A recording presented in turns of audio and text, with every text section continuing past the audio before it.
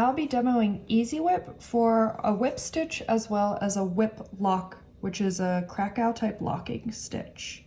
First thing is to make sure that the graft is securely fixed on both ends of the prep stand with 2 clamps.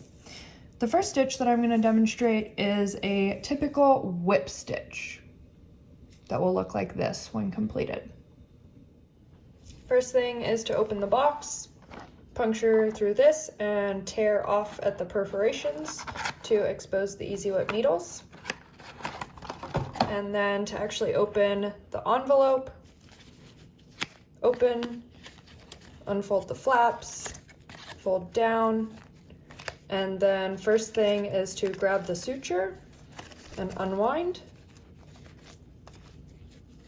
and then grab both of the needles and remove them from the envelope.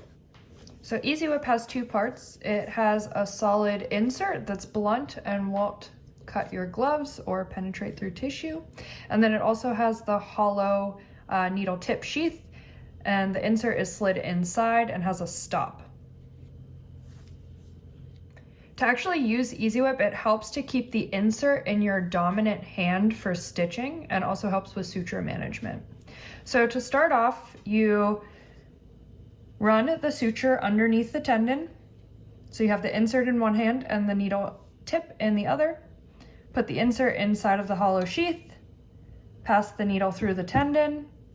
It helps to pass the needles all the way through together and then separate them at the bottom and tension the sutures to create your first whip stitch.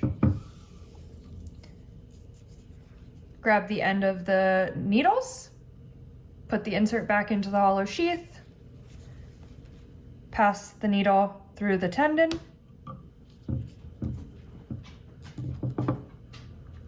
tension,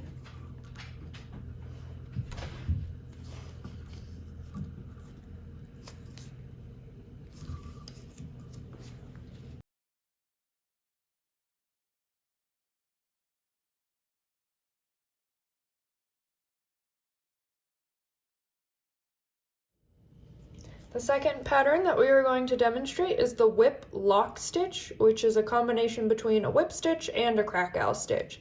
It takes advantage of the single needle pass through the tendon, but also has a locking mechanism on the outside to strengthen the stitched graft construct. Again, separate the needles, pass the suture under the graft, bring the needles to the top, put the insert inside the needle, pass the needle through the tendon,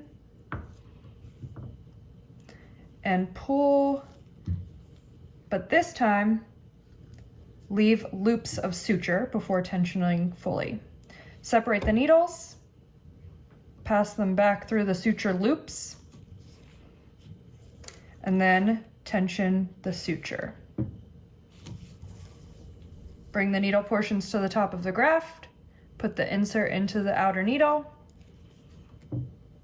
pass the 2 through the graft,